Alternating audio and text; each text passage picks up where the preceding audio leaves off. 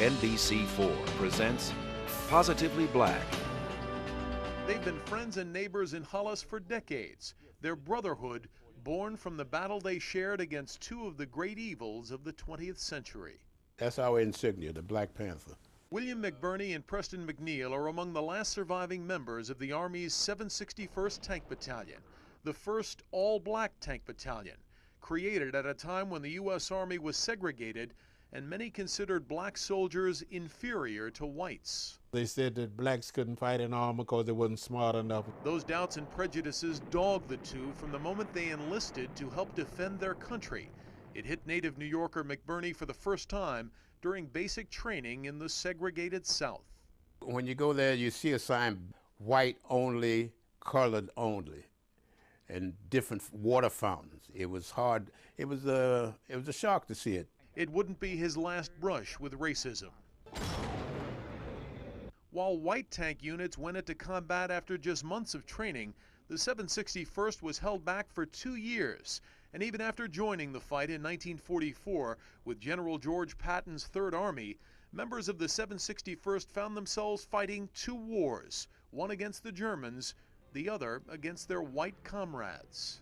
In combat, the white soldiers accepted us because they needed the tanks for support. But once the fighting is over with, the discrimination comes back, just like clockwork. But eventually, the 761st was victorious on both fronts. 183 days of straight combat, without a relief. Including the famous Battle of the Bulge, when Patton and the 761st helped rebuff a last-gasp German offensive. We were damn good, believe me. And we could handle the tank. Along the way, the unit, whose motto was "Come Out Fighting," liberated 30 towns and villages and were among the first U.S. soldiers to see the horrors of the Nazi concentration camps. I walked in, seen human beings laying on the floor, skins and bone, moaning and groaning. I said, oh my God, how can anybody do something like this? In recent years, questions have been raised about whether black soldiers were among the actual liberators of the camps. But Nobel Prize winner Elie Wiesel, who himself was liberated from Buchenwald, says all that's irrelevant because black soldiers were there.